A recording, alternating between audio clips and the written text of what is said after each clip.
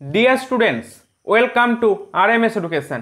সামনেই তোমাদের এএনএম/জিএনএম entrance exam, আর সেই এক্সামকে লক্ষ্য করি আজকের এই সেশনে আমি তোমাদের জীবন বিজ্ঞানের কোষ ও কোষ বিভাজন চ্যাপ্টার থেকে যাবতীয় যেই সব টাইপের প্রশ্ন তোমাদের পরীক্ষায় আসতে পারে সবটাই আলোচনা করব। তাই প্রত্যেককে বলবো খুব মনোযোগ সহকারে ক্লাসটা দেখার জন্য, কেননা এই ক্লাসটা করলেই তোমাদের এই চ্যাপ্টারের একটা কমপ্লিট রিভিশন হয়ে যাবে। তাই এই 30 থেকে 40টা মিনিট সময় এই ক্লাসটায় কনসেন্ট্রেট করো এবং ক্লাসটিকে লাইক করো, চ্যানেলটিকে সাবস্ক্রাইব করে পাশে থাকা বেল আইকনটি প্রেস করে রাখো এবং ক্লাসগুলিকে বন্ধুদের মধ্যে প্রচুর পরিমাণে শেয়ার করো। তাহলে চলো আজকের সেশন শুরু করা যাক। তাহলে ডিয়ার স্টুডেন্টস, আজকের ক্লাসের প্রথম প্রশ্ন কি রয়েছে দেখো। তবে ক্লাস শুরু করার আগে তোমাদেরকে বলবো এই চ্যানেলের প্লেলিস্টে এবং এই ভিডিওর ডেসক্রিপশানে আমি চ্যাপ্টার ওয়াইজ জীবনবিজ্ঞান ও ভৌত বিজ্ঞানের ক্লাসের লিঙ্ক এবং সাজেশন সিরিজের ক্লাসের লিঙ্ক দিয়ে রেখেছি। তাই যারা এই চ্যানেলে নতুন তাদেরকে বলবো এই ক্লাসগুলো দেখে নাও, এক্সামের আগে তোমাদের অনেকটা কাজে লাগবে। তাহলে চলো প্রথম প্রশ্ন কি রয়েছে দেখে নিই। প্রথম প্রশ্নই বলছে, নিচের কোন জীব সেল থিওরি বা কোষতত্ত্ব মেনে চলে না? অপশান কি রয়েছে? ভাইরাস, ব্যাকটেরিয়া, প্রোটোজোয়া এবং ছত্রাক। তো এই চারটে অপশানের মধ্যে কোনটি সেল থিওরি বা কোষতত্ত্ব মেনে চলে না? প্রশ্ন কিন্তু ওটাই জানতে চেয়েছে। তো সঠিক উত্তর কী হবে বলো? সঠিক উত্তর প্রত্যেকেরই পারা উচিত, যেটা হবে অপশান এ, ভাইরাস। ঠিক আছে, ভাইরাস সেল থিওরি মেনে চলে না, বাকি ব্যাকটেরিয়া, প্রোটোজোয়া, ছত্রাক এরা কিন্তু সেল থিওরি মানে। তাহলে এই সেল থিওরিটা কি? তো মনে রাখবে এই সেল থিওরি বা কোষতত্ত্ব এটা প্রবর্তন করেছিলেন বিজ্ঞানী স্লেইডেন ও সোয়ান। কি বললাম? এই সেল থিওরি বা কোষতত্ত্ব এটা প্রবর্তন করেছিলেন বিজ্ঞানী স্লেইডেন ও সোয়ান। ঠিক আছে, তো এখানে বলা হয়েছিল যে সমস্ত জীবদেহই কোষ দিয়ে তৈরি এবং কোষই হলো জীবদের গঠনগত কার্যগত একক। এবার এই যে তত্ত্ব, এই তত্ত্ব কিন্তু ভাইরাস মেনে চলে না। কেন মেনে চলে না? কারণ ভাইরাস হচ্ছে অকোষীয় জীব। কি বললাম? ভাইরাস হচ্ছে অকোষীয় জীব, এটা একটু মাথায় রাখবে। কারণ ভাইরাসের দেহে কোনো কোষ থাকে না, ভাইরাস অকোষীয়। তাই যার দেহে কোনো কোষ থাকবে না, তো সে কি করে কোষতত্ত্ব মেনে চলবে? ঠিক আছে, তাহলে ভাইরাস দেহ কোষ দিয়ে গঠিত নয় বলেই ভাইরাস কিন্তু কোষতত্ত্ব মেনে চলে না। ক্লিয়ার? এবার দেখো, তাহলে তোমাদের মাথায় প্রশ্ন আসবে যে স্যার তাহলে ভাইরাস কী দিয়ে গঠিত যদি পরীক্ষায় জানতে চাই, তখন কি বলবো? তোমরা মনে রাখবে ভাইরাস ডিএনএ অথবা আরএনএ দিয়ে গঠিত হয়। ঠিক আছে, এবং এদের দেহের বাইরে একটা প্রোটেক্টিভ কোট থাকে যেটাকে বলা হচ্ছে ক্যাপসিড। এটা আবার প্রোটিন দিয়ে তৈরি। অনেক সময় পরীক্ষায় জানতে চাওয়া হয় যে ক্যাপসিড কী দিয়ে তৈরি, তোমরা এটা কিন্তু প্রোটিন দিয়ে তৈরি। ক্লিয়ার? তাহলে ভাইরাস হচ্ছে অকোষীয় জীব, এর দেহে কোনো কোষ থাকে না এবং এ হচ্ছে কোষতত্ত্ব বা সেল থিওরি কিন্তু মেনে চলে না। আর এখান থেকে কী পেলাম? যে কোষতত্ত্ব প্রবর্তন করেছিলেন বিজ্ঞানী স্লেইডেন ও সোয়ান। ঠিক আছে, এবার তোমাদেরকে আমি একটা প্রশ্ন বলছি, সেটা অ্যান্সার কমেন্টে জানাবে। মডার্ন সেল থিওরি, কি বললাম? মডার্ন সেল থিওরি বা আধুনিক কোষতত্ত্ব কোন বিজ্ঞানী প্রবর্তন করেছেন? মডার্ন সেল থিওরি বা আধুনিক কোষতত্ত্ব এটা কোন বিজ্ঞানী প্রবর্তন করেছেন? তোমরা প্রত্যেকে কিন্তু কমেন্ট করে জানাবে। কি বললাম? মডার্ন সেল থিওরি, আমি লিখে দিলাম আরেকবার। ঠিক আছে, এটা কোন বিজ্ঞানী প্রবর্তন করেছিলেন কমেন্ট করে প্রত্যেকে জানিও। ঠিক আছে, প্রত্যেকে কিন্তু কমেন্ট করা চাই। ক্লিয়ার? চলো নেক্সট প্রশ্নে। বলছে ডিএনএ সংশ্লেষ কোষচক্রের কোন দশায় দেখা যায়? ডিএনএ সংশ্লেষ কোষচক্রের কোন দশায় দেখা যায়?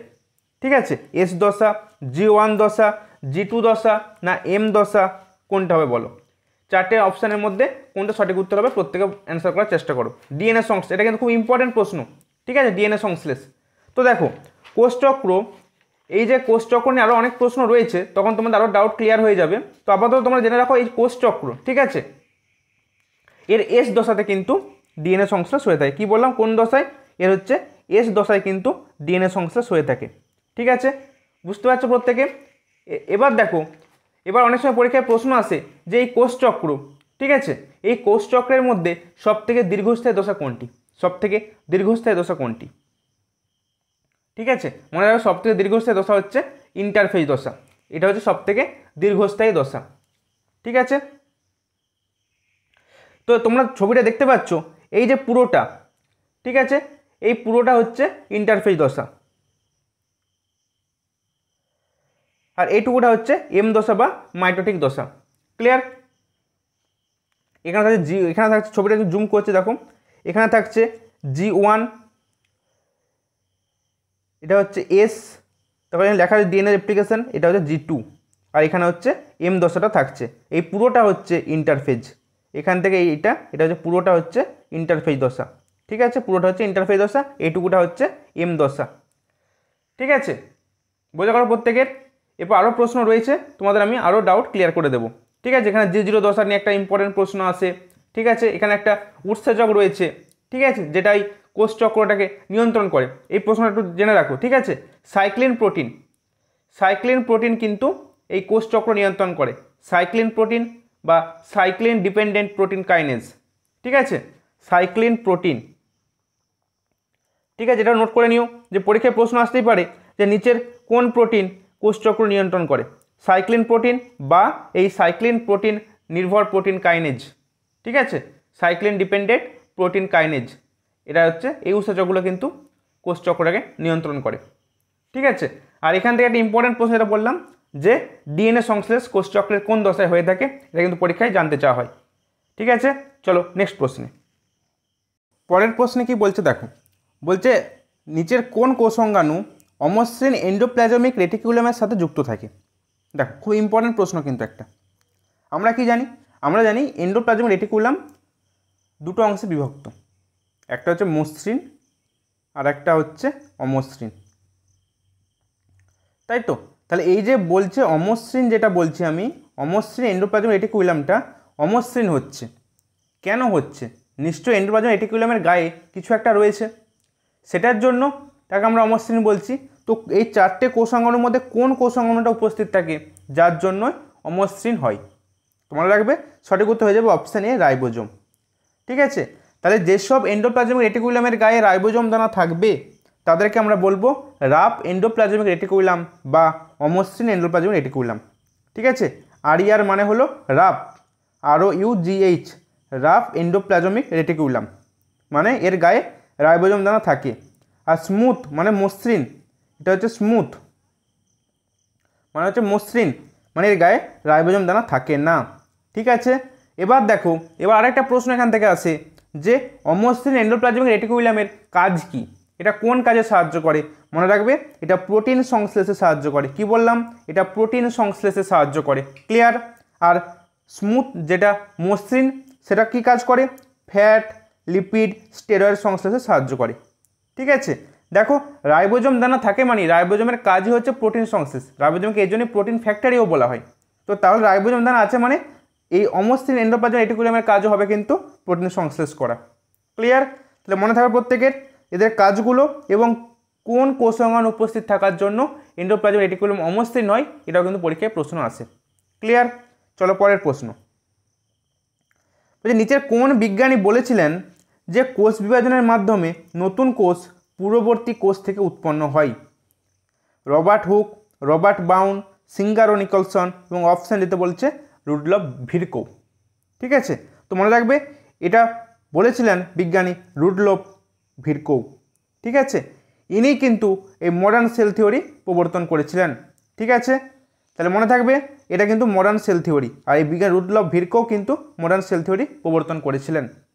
এবার দেখো এখান থেকে আরেকটা ইম্পর্টেন্ট ইনফরমেশান নিয়ে রাখো যে রবার্ট হুক, এই নামটা কিন্তু আমরা প্রত্যেকেই জানি যে এনাকে কোষতত্ত্বের জনক বলা হয়, তাই তো? যে ফাদার অফ সাইটোলজি বলা হয় এনাকে। তো ইনি মনে রাখবে ইনি কিন্তু যে কোষটা আবিষ্কার করেছেন, ইনি তো প্রথম কোষ আবিষ্কার করেছিলেন, কিন্তু ইনি যে কোষটা আবিষ্কার করেছিলেন সেটা কিন্তু মৃত কোষ ছিল। ঠিক আছে, যদি পরীক্ষায় প্রশ্ন আসে প্রথম কোষকে আবিষ্কার করেছিলেন, ঠিক আছে, তাহলে কিন্তু তুমি অ্যান্সার করবে রবার্ট হুক। কিন্তু যদি মেনশন করে দেয় যে প্রথম জীবন্ত কোষকে আবিষ্কার করেছিলেন, ঠিক আছে, কি বললাম? প্রথম জীবন্ত কোষ, এটা একটু নোট করে নাও। জীবন্ত কোষকে আবিষ্কার করেছিলেন, জীবন্ত কোষ বললে কিন্তু বিজ্ঞানী অ্যান্টন ভন লিউয়েনহক অ্যান্সার হবে তখন।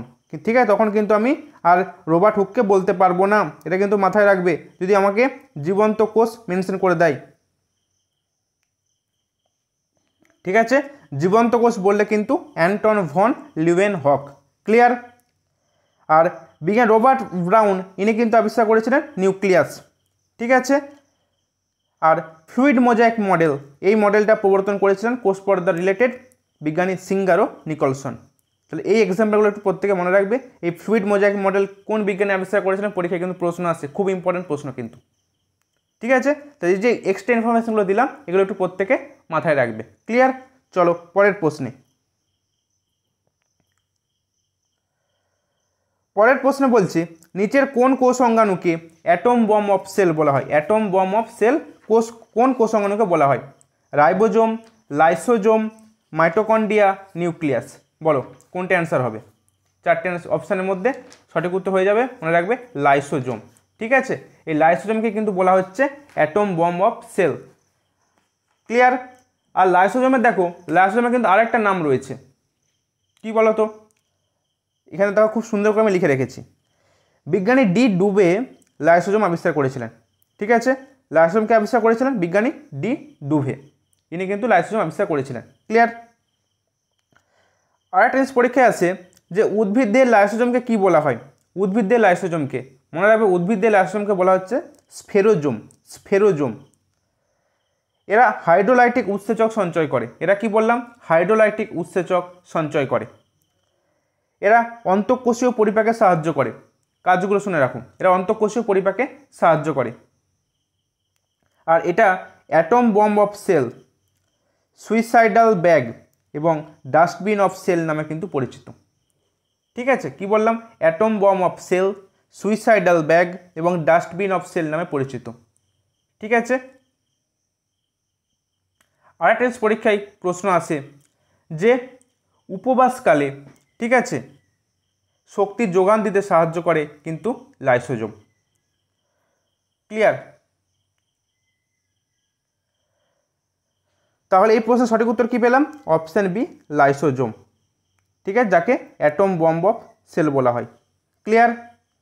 চলো নেক্সট প্রশ্নে। ক্রসিং ওভার কোন উপদশায় দেখা যায়? মিওসিস কোষ বিভাজনের কোন উপদশায় ক্রসিং ওভার দেখা যায়? Leptotene, pachytene, diakinesis, anaphase.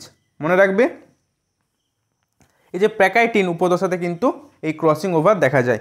কি বললাম? প্যাকাইটিন উপদশায় ক্রসিং ওভার দেখা যায়। তাহলে অপশান বি হবে কিন্তু সঠিক উত্তর। এবার দেখো এই জায়গাটা কিন্তু খুব ইম্পর্ট্যান্ট একটা জায়গা, এখান থেকে কিন্তু পরীক্ষায় প্রশ্ন আসে। কী রকম? এবার তোমাদের প্রশ্ন এলো যে কায়াজমা গঠন মিওসিস কোষ বিভাজনের কোন উপদশায় দেখা যায়? ভালো করে শুনবে, কায়াজমা গঠন মিওসিস কোষ বিভাজনের কোন উপদশায় দেখা যায়? বা পরীক্ষায় প্রশ্ন এলো রিকম্বিনেশন মিওসিস কোষ বিভাজনের কোন উপদশায় দেখা যায়? ঠিক আছে, বা প্রশ্ন এলো টেট্রাড কোন কোষ মানে মিওসিস কোষ বিভাজনের কোন উপদশায় দেখা যায়? তো মনে রাখবে এই প্যাকাইটিন উপদশাতে কিন্তু ক্রসিং ওভার, কায়াজমা, রিকম্বিনেশন এবং টেট্রাড এগুলো কিন্তু দেখা যায়। ঠিক আছে, মনে থাকবে। এবার দেখো ব্যাপারগুলো কি হচ্ছে না, ব্যাপারগুলো দেখো এই যে বাইভ্যালেন্ট ক্রোমোজোমগুলো থাকছে, বাইভ্যালেন্ট ক্রোমোজোমগুলো কি হচ্ছে? পাক্ষে আরও ছোটো ও মোটা হচ্ছে। এবার এই বাইভ্যালেন্টের প্রতিটা ক্রোমোজোম তার সেন্ট্রোমিয়ার অঞ্চল ব্যতীত কি হচ্ছে?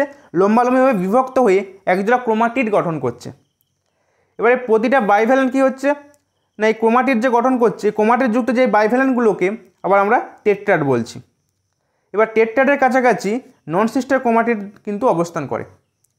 এবার এই নন সিস্টার ক্রোমাটিড দ্বয় কী হয়? স্থানে স্থানে কী হচ্ছে? পরস্পরের সঙ্গে সংলগ্ন থাকে এবং এই স্থানটি কী হয়? অনেকটা দেখতে এই এক্স এরকম বর্ণমালার মতো এক্সের মতো হয়ে থাকে।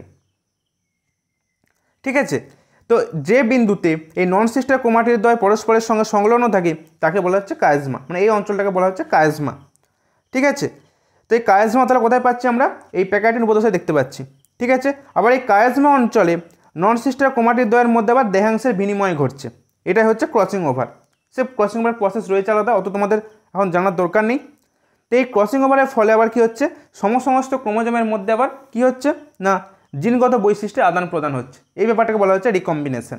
তাহলে মনে রাখবে তোমরা এই ক্রসিং ওভার, কায়াজমা, রিকম্বিনেশন এবং টেট্রাড এগুলো সব কিন্তু এই প্যাকাইটিন উপদশায় দেখা যায়। কি বললাম? সব কিন্তু প্যাকাইটিন উপদশায় দেখা যায় এবং এই উপদশাটা থেকে কিন্তু পরীক্ষায় প্রশ্ন আসে। তো খুব ভালো করে প্রত্যেকে কিন্তু মনে রাখবে। ঠিক আছে, এখানে যেমন প্রশ্ন দিয়েছে ক্রসিং ওভার দিয়ে, পরীক্ষায় কিন্তু রিকম্বিনেশন দিয়েও আসতে পারে বা কায়াজমা দিয়েও আসতে পারে বা টেট্রাড দিয়েও আসতে পারে। ক্লিয়ার? চলো নেক্সট প্রশ্নে। বলছে নিচের কোন জীবের দেহে মাইটোকন্ড্রিয়া অনুপস্থিত থাকে? কোন জীবের দেহে মাইটোকন্ড্রিয়া অনুপস্থিত থাকে।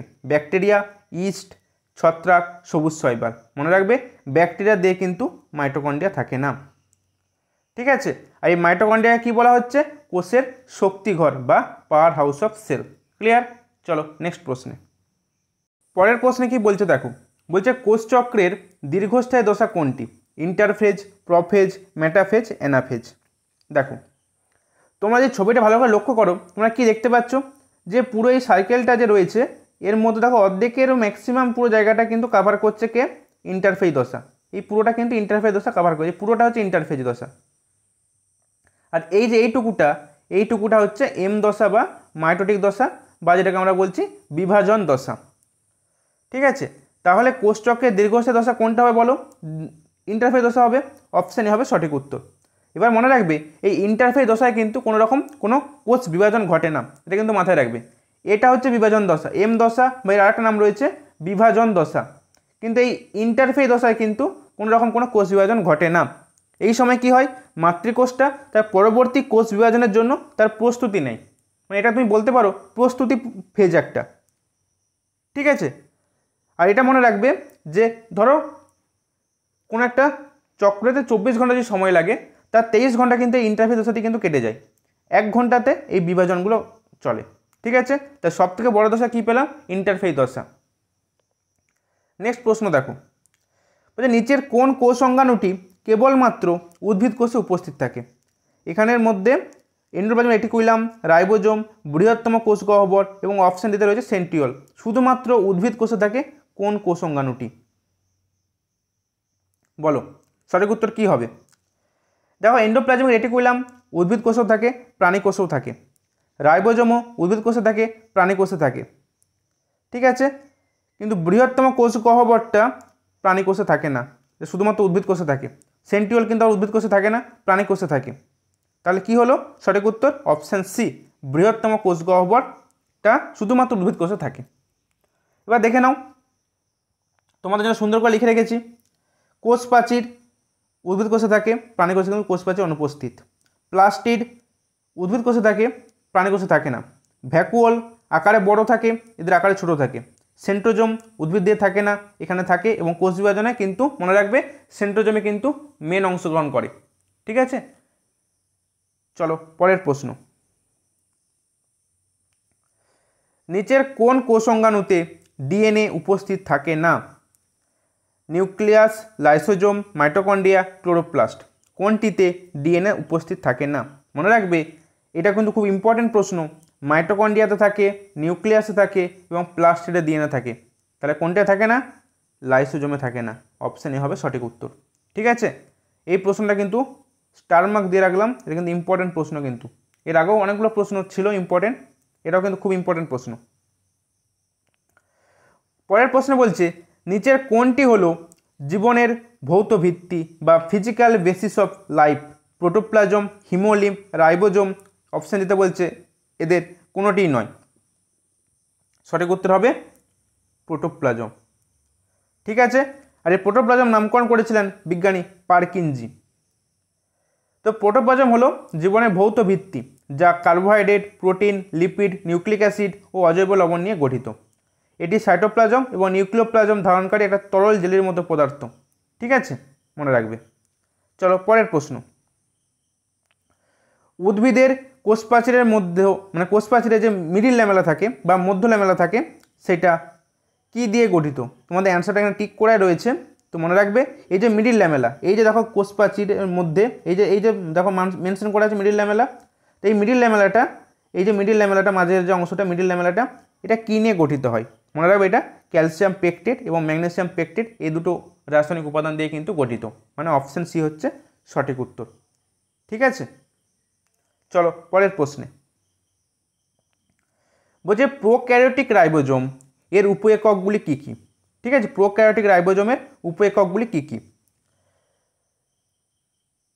কী হবে দেখো, তোমার সামনে খুব সুন্দর করে আমি ছবি রেখে দিয়েছি।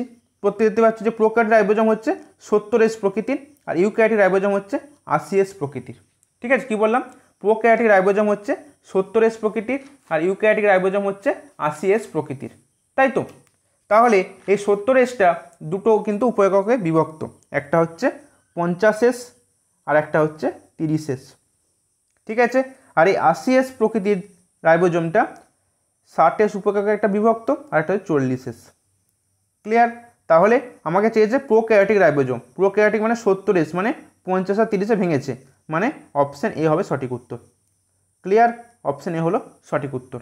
ঠিক আছে, দুটোই কিন্তু মনে রাখবে, পরীক্ষায় কিন্তু যে কোনো একটা প্রশ্ন চলে আসতে পারে।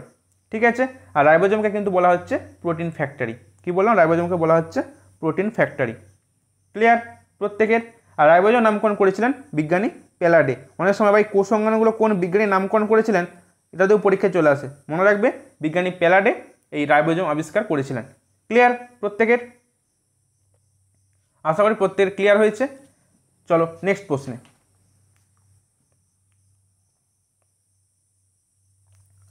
বলছে মানব শরীরের দীর্ঘতম কোষ কোনটি? দেখো খুব সুন্দর করে পুরো লিস্টটা তোমাদের জন্য আমি রেখে দিয়েছি, যাতে তোমাদের একটা জায়গাতেই পড়তে সুবিধা হয়। মানব শরীরের দীর্ঘতম কোষ কোনটি? পেশি কোষ, স্নায়ু কোষ, অনুচক্রিকা, শুক্রাণু। তো কোনটা মানব শরীরের দীর্ঘতম কোষ? মানব শরীরে কিন্তু মেনশন করা আছে, এটা কিন্তু খেয়াল রাখবে। ঠিক আছে, মানব শরীরের দীর্ঘতম কোষ হয়ে যাবে কি? অপশান বি, স্নায়ু কোষ বা নিউরন, যাই বলো না কেন।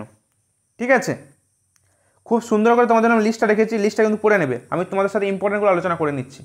ঠিক আছে, যদি প্রশ্ন আসতো যে সবথেকে ছোট কোষ, তখন কি হতো? স্মলেস্ট সেল বললে মাইক্রোপ্লাজমা। ঠিক আছে, যদি প্রশ্ন আসতো যে বৃহত্তম প্রাণী কোষ, লার্জেস্ট অ্যানিম্যাল সেল, বৃহত্তম প্রাণী কোষ, উট পাখির ডিম বা এগ অফ অস্ট্রিচ। ঠিক আছে, লংগেস্ট হিউম্যান সেল তো বললাম। যদি বলতো মানব দেহের, দেখো largest human cell, largest animal cell হচ্ছে আলাদা, এগ অফ অস্ট্রিচ, উট পাখির ডিম। যদি লার্জেস্ট হিউম্যান সেল বলে, মনে রাখবে ওভাম সেল। ঠিক আছে, মানব দেহের বৃহত্তম যদি কোষ বলে, মনে রাখবে ওভাম। ঠিক আছে, যদি প্রশ্ন আসে স্মলেস্ট হিউম্যান সেল, মানবদের ক্ষুদ্রতম কোষ, অনুচক্রিকা বা স্পার্ম সেল, মনে রাখবে। ঠিক আছে, আর এখানে এককোষী বৃহত্তম প্রাণী উদ্ভিদ কোষ দেওয়া আছে অ্যাসিটাবুলারিয়া। ঠিক আছে, বহুকোষী উদ্ভিদ কোষ হচ্ছে রেমিগ্যাসের তন্তু, এবং খালি চোখে দেখা যায় পাখির ডিম, পাখি ও সরীসৃপের ডিম হচ্ছে খালি চোখে দেখা যায় এমন প্রাণী কোষ। তো এই যে এক্সাম্পলগুলো বললাম, এক্সাম্পলগুলো মনে রাখবে। এবং সেফটি ভালভ অফ সেল হচ্ছে পারক্সিজোম। ঠিক আছে, তো এই লিস্টটা প্রত্যেকে একটু মনে রাখবে। ঠিক আছে, চলো পরের প্রশ্নে। বলছে কোষচক্রের সঠিক পর্যায়ক্রম কোনটি? কোষচক্রের সঠিক পর্যায়ক্রম কোনটি? দেখো একটা হচ্ছে এম দশা থেকে শুরু হচ্ছে, G1 G2 S দশা, G1 M G2 S দশা, G1 দশা S দশা, G2 দশা M দশা, G2 দশা G1 দশা M দশা S দশা। তো দেখো খুব সুন্দর করে তোমার ছবিটা দেখলেই বুঝতে পারবে। প্রথমে শুরু হচ্ছে G1 ফেজ, মানে গ্রোথ 1 ফেজ। ঠিক আছে, G1 স্টেজ হচ্ছে প্রথম। তারপরে হচ্ছে দেখো S ফেজ, তারপরে দেখো G2 ফেজ, এবং তারপরে হচ্ছে এটাকে আমি এম দশা দিয়ে লিখছি, ধরো এম ফেজ। তাহলে কী পেলাম? G1 পেলাম, তারপরে S পেলাম, তারপরে পেলাম G2, তারপরে পেলাম এম। কোন অপশানটা হচ্ছে বলো তোমরা প্রত্যেকেই? অপশান সি হচ্ছে সঠিক উত্তর। ক্লিয়ার প্রত্যেকের? এটা হচ্ছে কোষচক্রের সঠিক পর্যায়ক্রম। তো কী কী প্রশ্ন কোষচক্র থেকে আসছে বুঝতে পারছো? চলো নেক্সট প্রশ্নে। সেন্ট্রোমিয়ার নিচের কোনটির অংশ? Chromosome, ribosome, mitochondria, nucleus. বলো সেন্ট্রোমিয়ার কোনটির অংশ? এটা হচ্ছে একটা আদর্শ ক্রোমোজোমের অংশ। ঠিক আছে, অপশান এ হচ্ছে সঠিক উত্তর। দেখো সেন্ট্রোমিয়ার থাকছে, ছবিটা একটু নামগুলো একটু মুছে গিয়েছে। তো ক্রোমাটিড দুটি এই সেন্ট্রোমিয়ার অঞ্চলে কিন্তু যুক্ত থাকে। ঠিক আছে, এখানে প্রাথমিক খাঁজ রয়েছে, গৌণ খাঁজ রয়েছে, বিভিন্ন রকম ব্যাপার রয়েছে। তো মনে রাখবে সেন্ট্রোমিয়ার কিন্তু ক্রোমোজোমের অংশ। ক্লিয়ার? কি বললাম? সেন্ট্রোমিয়ার হচ্ছে ক্রোমোজোমের অংশ। আর এই সেন্ট্রোজোম কিন্তু মনে রাখবে এই যে কোষ বিভাজন হচ্ছে, ঠিক আছে, এই যে কোষ বিভাজন হচ্ছে, এই কোষ বিভাজনে কিন্তু গুরুত্বপূর্ণ ভূমিকা পালন করছে কিন্তু সেন্ট্রোজোম। এর ভূমিকা কিন্তু গুরুত্বপূর্ণ। এটা না থাকলে এই কোষ অঙ্গাণুটাই কিন্তু মেনলি কিন্তু কোষ বিভাজনে সাহায্য করছে। ঠিক আছে, তাহলে এই যে অঞ্চলগুলো যেখানে ক্রোমাটিডগুলো যুক্ত থাকছে, সেই অঞ্চলগুলোকে বলা হচ্ছে সেন্ট্রোমিয়ার। ঠিক আছে, চলো পরের প্রশ্নে। বলছে জীবদের ক্ষতস্থান পূরণ করতে কোন কোষ বিভাজন প্রক্রিয়া অপরিহার্য? খুব ইম্পর্টেন্ট প্রশ্ন কিন্তু। মিওসিস কোষ বিভাজন, মাইটোসিস কোষ বিভাজন, অ্যামাইটোসিস কোষ বিভাজন এবং অপশানে রয়েছে কোনোটিই নয়। মনে রাখবে জীবদের ক্ষতস্থান পূরণ করতে সাহায্য করে কোন কোষ বিভাজন পদ্ধতি? বলো, মাইটোসিস কোষ বিভাজন পদ্ধতি। ঠিক আছে, এটা কিন্তু জীবদের ক্ষতস্থান পূরণ করতে সাহায্য করে এবং এই কোষ বিভাজনটাকে কি বলা হচ্ছে? একে বলা হচ্ছে সমবিভাজন বা ইকুয়েশনাল বিভাজন। ঠিক আছে, এই মাইটোসিস কোষ বিভাজনের নাম হচ্ছে সমবিভাজন বা ইকুয়েটিক বিভাজন। ক্লিয়ার? এবার দেখো, এবার হচ্ছে ব্যাপার যেটা হচ্ছে সেটা হচ্ছে যে এই কোষ বিভাজন কোথায় ঘটে।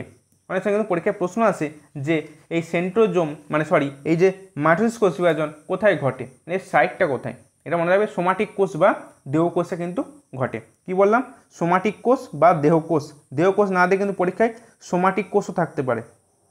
এটাই কিন্তু এক সেকেন্ড, সোমাটিক। ঠিক আছে, মনে থাকবে প্রত্যেকের। যকৃৎ কোষ, লিম্ফোসাইট কোষ, ঠিক আছে, লোহিত রক্তকণিকা সৃষ্টিকারী অস্থিমজ্জার কোষ, এপিথেলিয়াল কোষ, এইসব কোষে কিন্তু মাইটোসিস কোষ বিভাজন দেখা যায়। ঠিক আছে, এগুলো একটু মনে রাখবে। ঠিক আছে, এছাড়া বিভিন্ন প্রকার যে উদ্ভিদের ভাজক কলা রয়েছে, ঠিক আছে, মূলকাণ্ডের শীর্ষ, নিবাশিস, পার্শ্বস্থ যে ভাজক কলা, ঠিক আছে, এইসব অংশ কিন্তু মাইটোসিস কোষ বিভাজন ঘটে। ক্লিয়ার?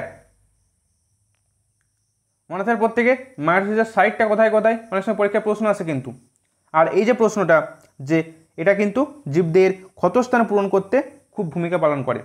ঠিক আছে, এই জন্য এটাকে বলা হয় কি উন্ড হিলিং সেল ডিভিশন। ঠিক আছে, কি বললাম? অনেক সময় কিন্তু এরকম প্রশ্ন চলে আসে যে উন্ড হিলিং সেল ডিভিশন কাকে বলা হয়? কোন কোষ বিভাজনকে বলা হয়? মাইটোসিস কোষ বিভাজনকে বলা হয়। ক্লিয়ার? চলো পরের প্রশ্নে। পরের প্রশ্নে কি বলছে দেখো, স্তন্যপায়ী প্রাণীদের কোষচক্রে মাইটোটিক দশা কতক্ষণ স্থায়ী হয়? তবে একটু আগে তোমাদের বললাম যে টোটাল যদি আমাদের 24 ঘন্টা সময় লাগে কোষ বিভাজন হতে, তার 23 ঘন্টা কিন্তু কভার করছে, প্রায় 23 ঘন্টা কভার করছে কিন্তু ইন্টারফেজ দশা। ঠিক আছে, তো এই 23 ঘন্টা কিন্তু কভার করে দেবে ইন্টারফেজ দশা।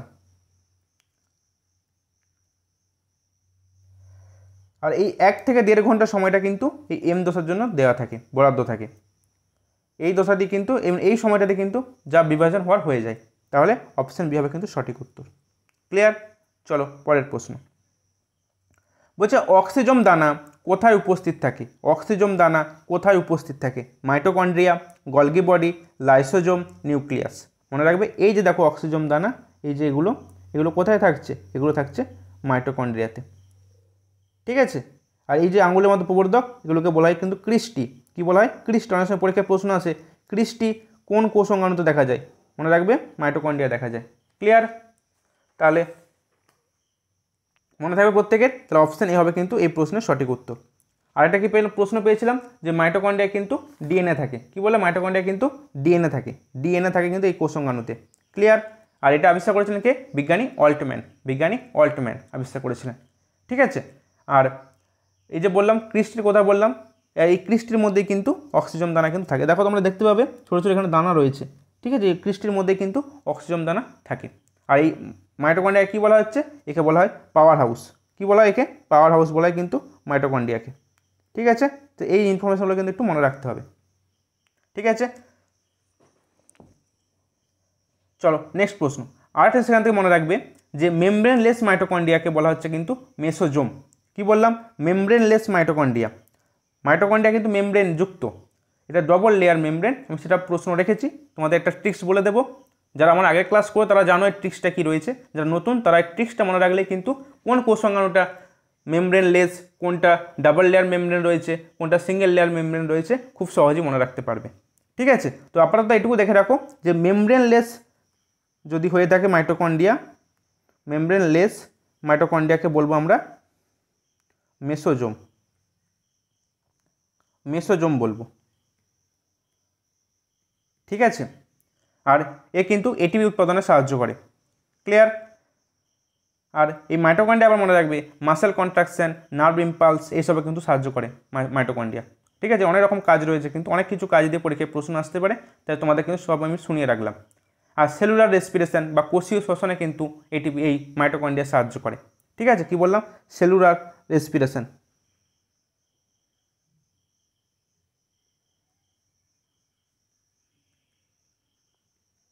বা কোষীয় শ্বসন যেটাকে বলে। ঠিক আছে, এগুলো একটু মনে রাখবে। চলো পরের প্রশ্ন। বলছে পেপটাইডোগ্লাইকেন কোথায় দেখা যায়?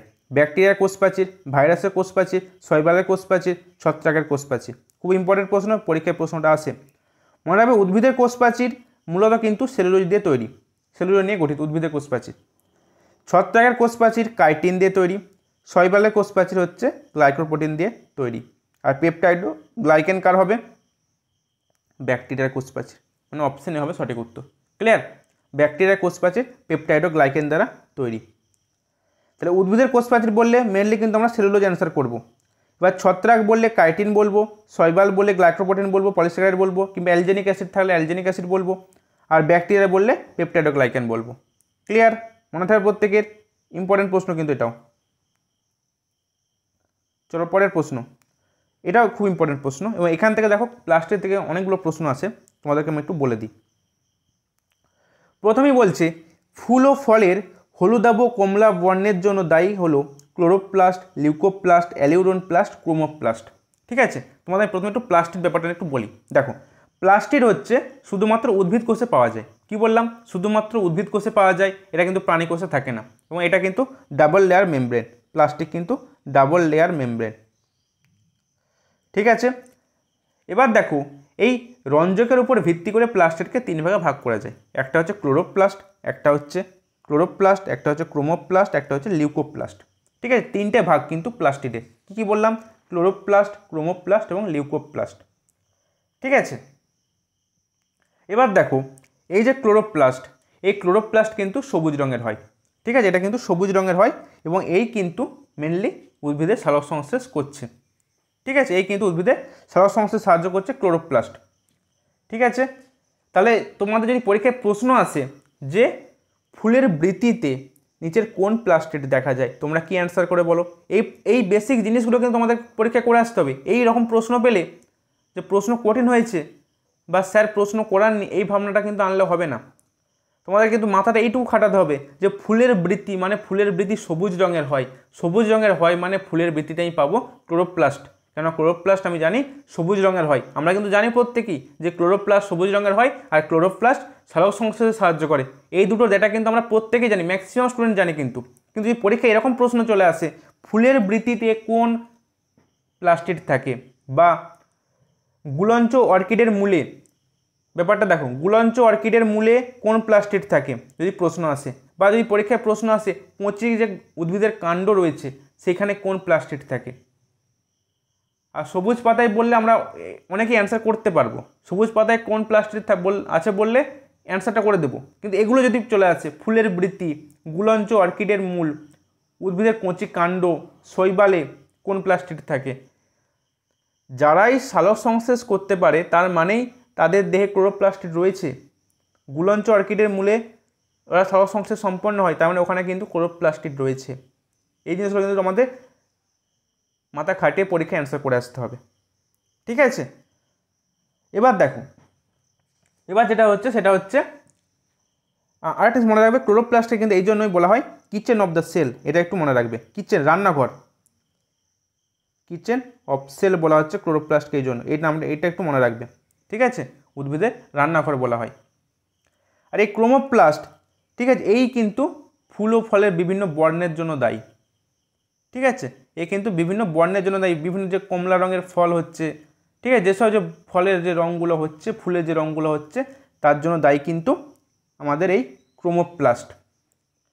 ঠিক আছে, আর লিউকোপ্লাস্ট হচ্ছে বর্ণহীন প্লাস্টিড। আর লিউকোপ্লাস্টের অনেক কাজ রয়েছে, লিউকোপ্লাস্ট থেকে ইম্পর্টেন্ট প্রশ্নও রয়েছে, আমি রেখেছি পরে। আপাতত এটুকু জেনে রাখো যে ক্লোরোপ্লাস্ট উদ্ভিদের সবুজ অংশ থাকছে, বলে দিয়েছি কোথায় কোথায় থাকে, তা খুব সুন্দর করে লিখে রেখেছি।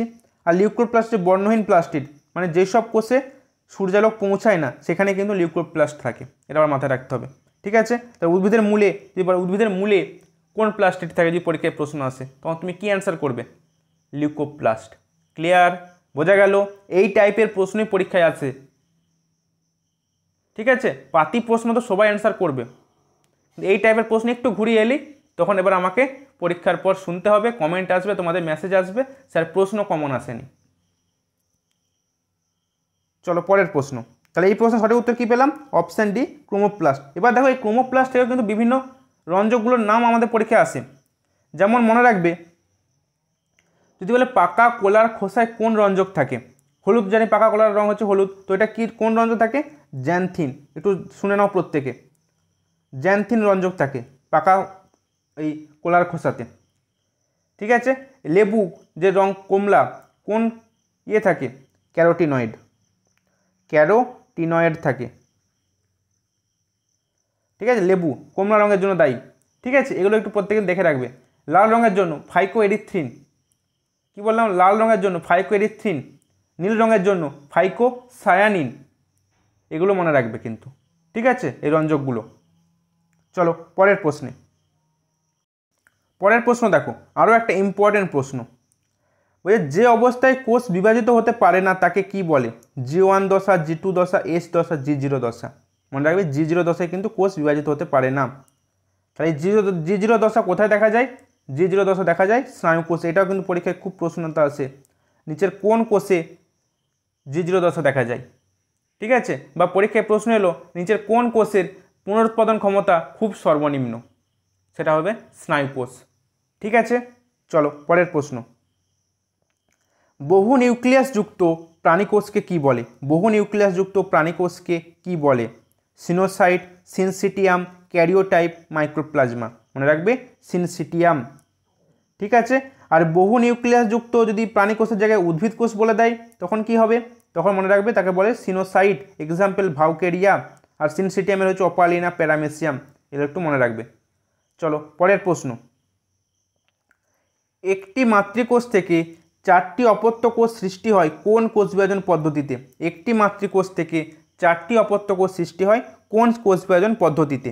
দেখো কি রয়েছে, মাইটোসিস, মিওসিস, অ্যামাইটোসিস, আর হচ্ছে অপশানটি রয়েছে সমবিভাজন। তাহলে দেখো কোনটা হবে? সঠিক উত্তর হয়ে যাবে মিওসিস কোষ বিভাজন। ঠিক আছে, যদি এখানে থাকে, এখান থেকে যদি 2n থাকে, প্রথমটা হচ্ছে n আর দ্বিতীয় বিভাজনে আবার n।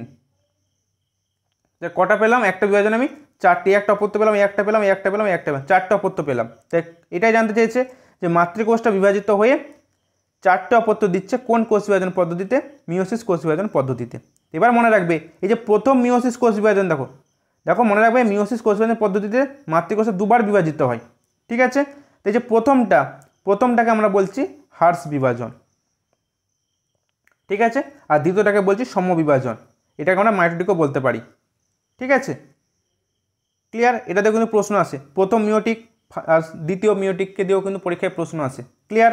চলো পরের প্রশ্ন।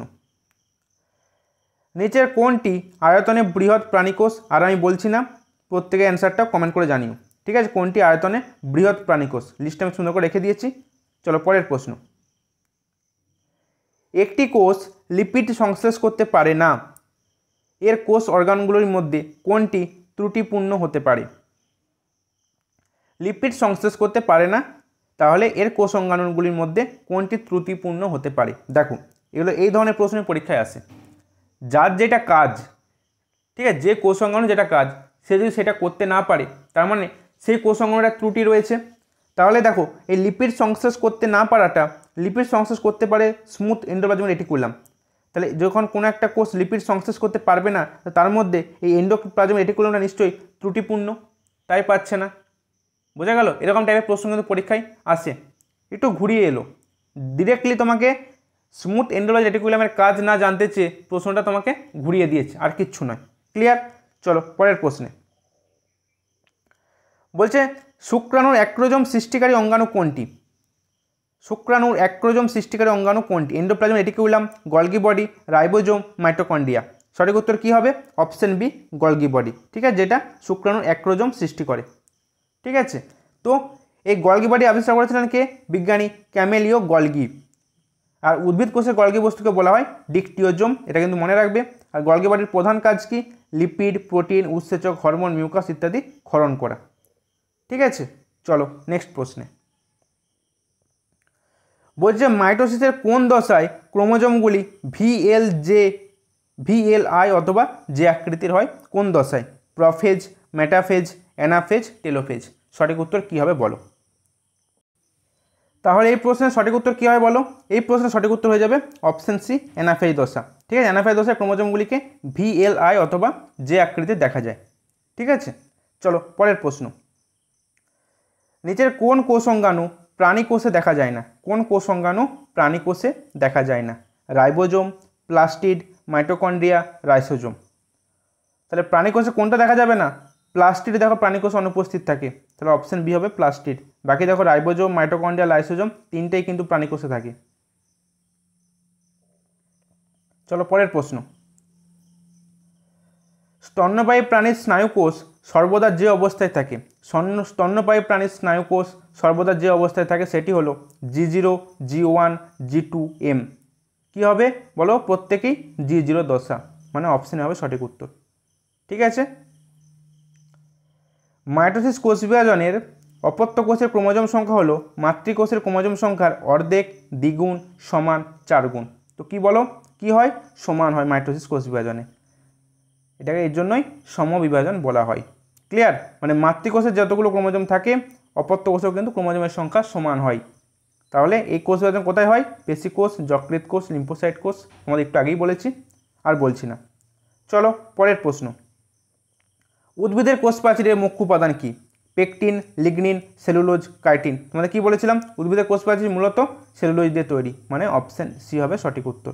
ঠিক আছে, বাকিগুলো একটু চোখ বুলিয়ে নিও। পরের প্রশ্ন। কোষতত্ত্ব অনুযায়ী নিচের কোন তথ্যটি সঠিক? কোষ থেকে কোষের উৎপত্তি হয়। কোষ হলো জীবনের গঠনগত একক। অপশন সিতে বলছে কোষ 2 প্রকারের হয়। অপশন ডিতে বলছে এ ও বি উভয়ই। কোষতত্ত্ব অনুযায়ী কোন তথ্যটি সঠিক হলো? অপশন ডি, কোষ থেকে কোষের উৎপত্তি হয় এবং কোষ হলো জীবের গঠনগত একক।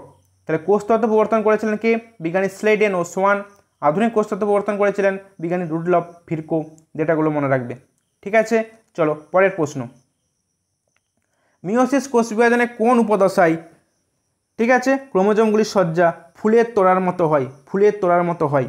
Leptotene, pachytene, zygotene, metaphase. খুব ইম্পর্টেন্ট প্রশ্ন, কিন্তু স্টার মার্ক দিয়ে রাখলাম, এখান থেকে পরীক্ষায় প্রশ্ন কিন্তু আসবেই একটা। তো মনে রাখবে এই ফুলের তোড়ার মতো দেখা যায় লেপ্টোটিন উপদশায়। লেপ্টোটিন উপদশায় ফুলের তোড়ার মতো দেখা যায়, এই জন্য বিজ্ঞানী ডার্লিংটন একে ফুলের তোড়া বা বোকে স্টেজ বলেছেন। অনেক সময় পরীক্ষায় প্রশ্ন আসতে পারে যে মিওসিস কোষ বিভাজনের কোন উপদশাকে বোকে স্টেজ বলা হয়? তখন অ্যান্সার কী হবে? লেপ্টোটিন উপদশা। ক্লিয়ার? আর জাইগোটিন উপদশায় কী দেখা যায়? Bivalent dyad tetrad synapsis. ঠিক আছে, প্যাকাইটিনে ক্রসিং ওভার, কায়াজমা, রিকম্বিনেশন। তাহলে এগুলো একটু প্রত্যেকে মনে রাখবে। চলো পরের প্রশ্ন।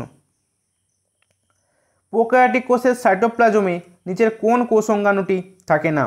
কোন কোষ অঙ্গাণু থাকে? ঠিক আছে, নিউক্লিয়াস, মাইটোকন্ড্রিয়া, প্লাস্টিড, রাইবোজোম। তো দেখো কোনটা হবে সঠিক উত্তর? সঠিক উত্তর হয়ে যাবে অপশন ডি, রাইবোজোম। ঠিক আছে, এই রাইবোজোম ইউক্যারিওটিক এবং প্রোক্যারিওটিক কোষে পাওয়া যায়। ঠিক আছে, নিউক্লিয়াসের অনুপস্থিতি প্রোক্যারিওটিক কোষের একটা বৈশিষ্ট্য, কোষ প্রাচীরের উপস্থিতি প্রোক্যারিওটিক কোষের বৈশিষ্ট্য, এবং প্রোক্যারিওটিকগুলো কিন্তু অধিকাংশ ব্যাকটেরিয়া হয়। এগুলো একটু মনে রাখবে ইনফরমেশনগুলো। নিউক্লিয়াস থাকে না কিন্তু প্রোক্যারিওটিক কোষে, আর রাইবোজোম কিন্তু উপস্থিত থাকে, কোষ প্রাচীরে উপস্থিত থাকে। ঠিক আছে, চলো পরের প্রশ্ন। এই যে দেখো তোমাদের যে ট্রিক্সটার কথা বলছিলাম, ট্রিক্সটা এবার নিয়ে এসেছি। নিচের কোনটি দ্বি-একক পর্দাবেষ্টিত কোষ অঙ্গাণু? দিয়ে তোমাকে 4টে অপশান দিয়ে দেবে পরীক্ষাতে, তখন তুমি কি করবে? এর জন্য তোমাদের জন্য সুন্দর একটা ট্রিক্স আমি রেখেছি, দেখে নাও একবার। বলছে যদি তোমাকে ডবল মেমব্রেন কোষ অঙ্গাণু জানতে চাই যে দ্বিস্তর বিশিষ্ট, তখন তুমি মনে রাখবে MNOP। এম মানে হচ্ছে mitochondria, NO for nucleus, P for plastid. এই 3টে কোষ অঙ্গাণু কিন্তু দ্বিস্তরীয়। যদি তোমাকে সিঙ্গেল মেমব্রেন পরীক্ষা জানতে চাই, তুমি মনে রাখবে GERL, Golgi body, endoplasmic reticulum, ER মানে L মানে হচ্ছে লাইসোজোম। আর যদি পরীক্ষায় জানতে চাই মেমব্রেন লেস, তখন মনে রাখবে রাইস, RI ফর রাইবোজোম আর C ফর সেন্ট্রোজোম। ঠিক আছে, তো এই ট্রিক্সটা একটু প্রত্যেকে খাতায় নোট করে নাও, এটা একটু মনে রাখার চেষ্টা করবে, তাহলে কিন্তু পরীক্ষায় কিন্তু যে কোনো এই টাইপের প্রশ্ন এলে কিন্তু তুমি করে আসতে পারবে। ঠিক আছে, ডবল লেয়ার বললে MNOP, সিঙ্গেল লেয়ার বললে GERL এবং মেমব্রেন লেস বললে রাইস। ক্লিয়ার? এই ট্রিক্সটা প্রত্যেকে মনে রাখবে। তাহলে দেখো আমাদের প্রশ্নে কি জানতে চেয়েছে? প্রশ্নে জানতে চেয়েছে নিচের কোনটি দ্বি একক পর্দা বেষ্টিত? মাইটোকন্ড্রিয়া, নিউক্লিয়াস, প্লাস্টিড এবং অপশান দিতে রয়েছে উপরের সবগুলি। তাহলে সঠিক উত্তর কী হবে বলো? মাইটোকন্ড্রিয়া, নিউক্লিয়াস, প্লাস্টিড তিনটেই কিন্তু দ্বি একক পর্দা বেষ্টিত। তাহলে অপশান ডি হবে কিন্তু সঠিক উত্তর। ক্লিয়ার? প্রত্যেকের বোঝা গেল? চলো নেক্সট প্রশ্নে। পরের প্রশ্নে কি বলছে দেখো, ওল ও কচু খেলে গলা চুলকায় কী থাকার জন্য? Calcium sulphate, calcium oxalate, calcium citrate এবং অপশান ডিতে রয়েছে ম্যাগনেসিয়াম পেকটেট।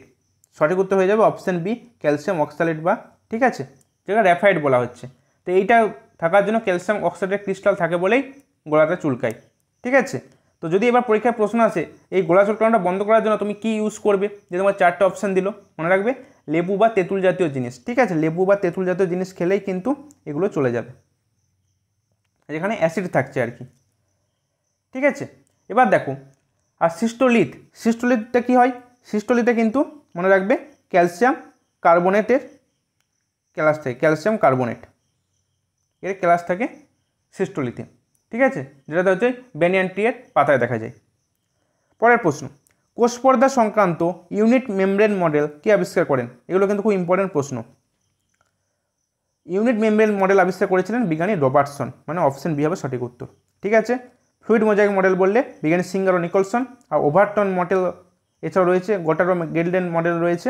তো শুধু মেন ইম্পর্টেন্ট হচ্ছে কোষপর্দা সংক্রান্ত একক পর্দা মডেল এবং ফ্লুইড মোজাইক মডেল, এদের আবিষ্কর্তা কে একটু মনে রাখবে।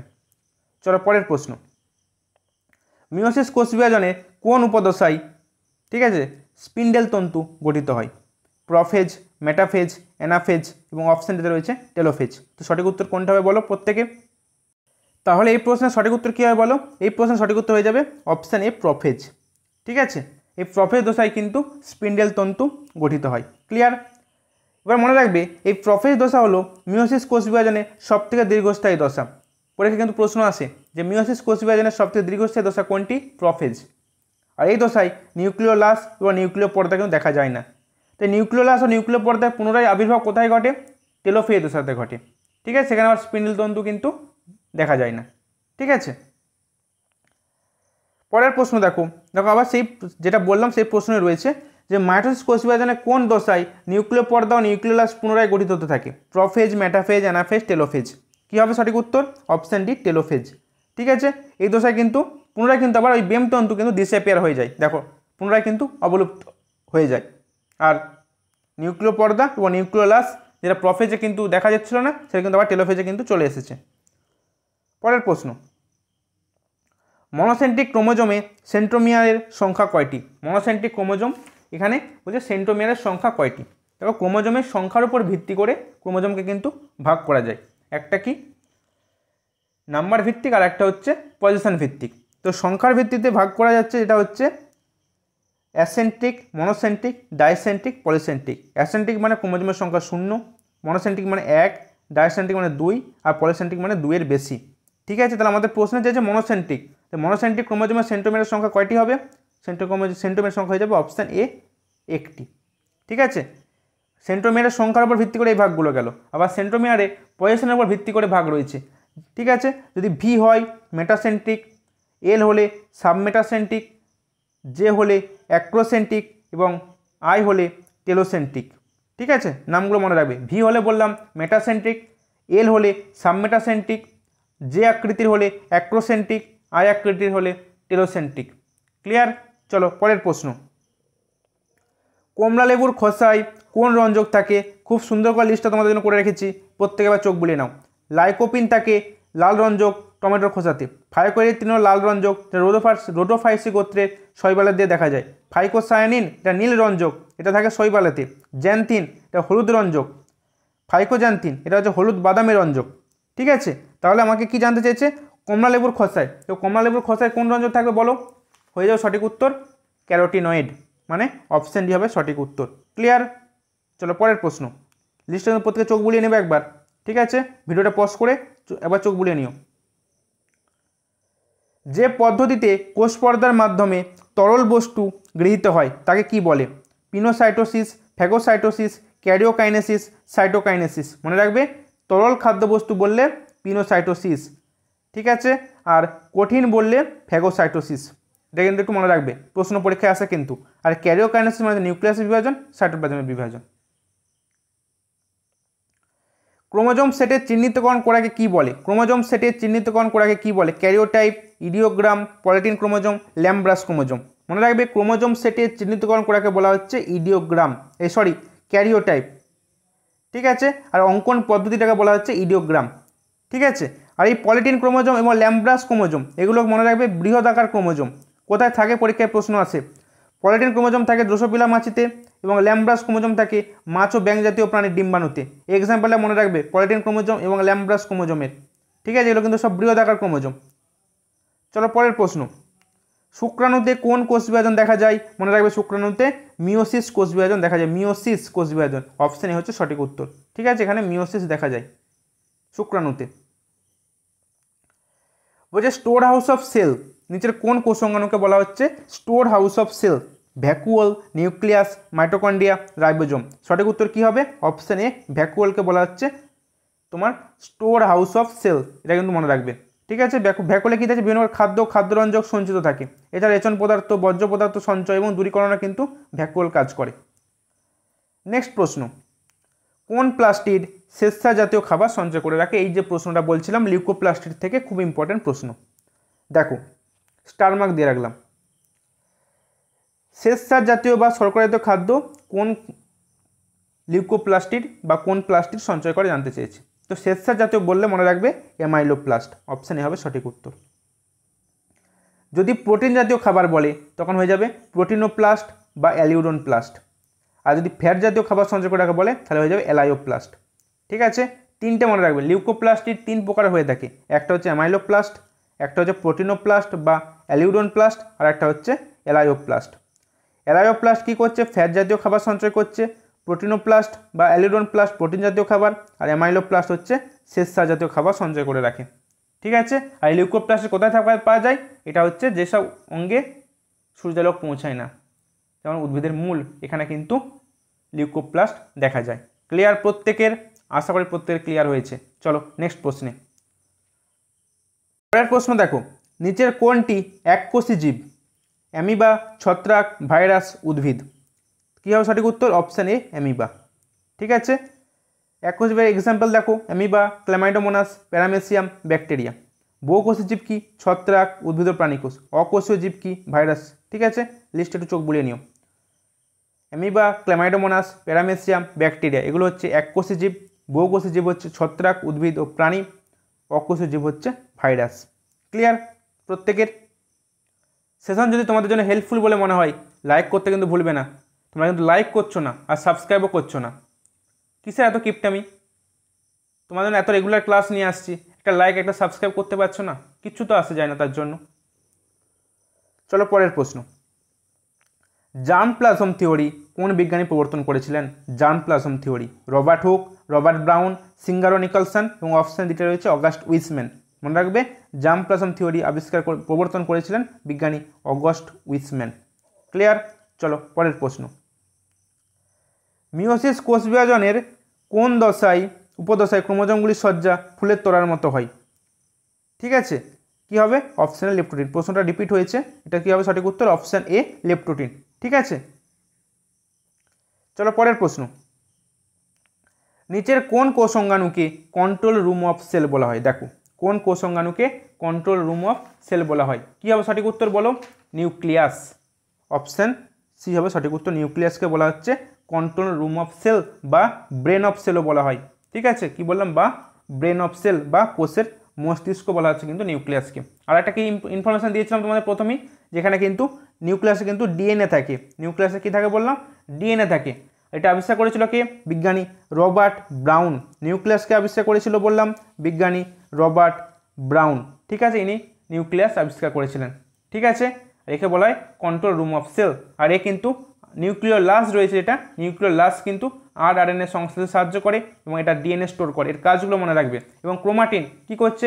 ট্রান্সমিট করছে হেরিডিটারি ক্যারেক্টার, মানে ওই যে বংশগতির যে ইয়েটা, সেটা কিন্তু প্যারেন্টাল জনু থেকে অপত্য জনুতে কিন্তু বহন করছে ক্রোমাটিন। এগুলো একটু মনে রাখবে।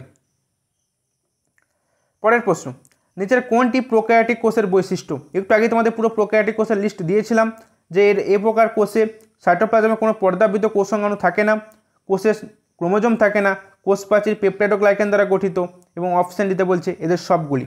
কোনটি সঠিক উত্তর হবে? প্রত্যেকে অ্যান্সার করার চেষ্টা করো। তাহলে সঠিক উত্তর কী হবে বলো? অপশন ডি, এদের সবগুলি।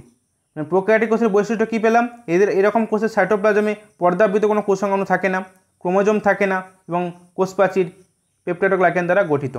ঠিক আছে, মানে অপশন ডি হচ্ছে সঠিক উত্তর। এক্সাম্পল ব্যাকটেরিয়া, নীলাভ সবুজ শৈবাল, সায়ানোব্যাকটেরিয়া। চলো পরের প্রশ্ন। নিচের কোনটি দ্বিএকক পর্দাবেষ্টিত কোষাঙ্গাণু? রিপিট হয়েছে, সঠিক উত্তর হয়ে যাবে অপশন ডি, উপরের সবগুলি। ঠিক আছে, ট্রিক্সটা একবার প্রত্যেকে চোখ বুলিয়ে নিও।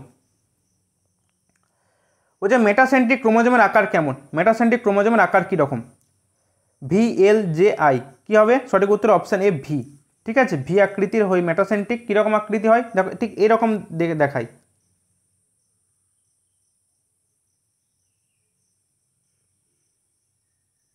ঠিক আছে, এটা হলো মেটাসেন্ট্রিক। সাবমেটাসেন্ট্রিক এটা কীরকম হয়? সাবমেটাসেন্ট্রিক ঠিক এরকম টাইপের হয়, এল আকৃতির, তো ঠিক এরকম টাইপের হয়। এটাও সাবমেটাসেন্ট্রিক। আর অ্যাক্রোসেন্ট্রিকটা কীরকম হয়? অ্যাক্রোসেন্ট্রিক হচ্ছে ঠিক এই টাইপের।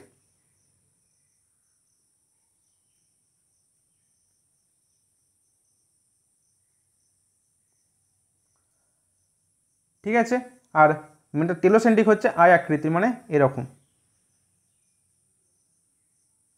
ঠিক আছে, তাহলে অপশান এ হলো সঠিক উত্তর। পরের প্রশ্ন। মানুষের দেহকোষের ক্রোমোজোমের সংখ্যা কয়টি? হ্যাপ্লয়েড সংখ্যক, ডিপ্লয়েড সংখ্যক, ট্রিপ্লয়েড সংখ্যক, এবং অপশান দিতে বলছে কোনোটি নয়। মনে রাখবে, মানুষের দেহকোষের ক্রোমোজোমের সংখ্যা হচ্ছে ডিপ্লয়েড সংখ্যক, মানে 46টা, মানে অপশান বি। অনেক সময় কিন্তু সংখ্যাটাও দিয়ে দেয়। আর জনন কোষের বললে হ্যাপ্লয়েড সংখ্যক। ঠিক আছে, এন সংখ্যক, মানে 23টি। ক্লিয়ার? চলো পরের প্রশ্ন।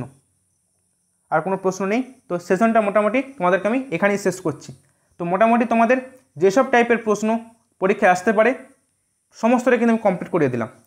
যারা এই ক্লাসটা করলে তাদের বলবো একটা খুব সুন্দর কমপ্লিট রিভিশন কিন্তু হয়ে গেল। ঠিক আছে, যেখানে তুমি একদম কোষ চক্র থেকে, কোষ বিভাজন থেকে এবং কোষের গঠন, এই 3টে টপিক থেকে কিন্তু তোমাদেরকে আমি রিভিশন করে দিলাম। আরেকটা তোমাদেরকে আমি বলে রাখতে চাই যে ক্রোমোজোমকে আবিষ্কার করেছিলেন যদি বলে, মনে রাখবে বিজ্ঞানী ওয়াল্ডেয়ার।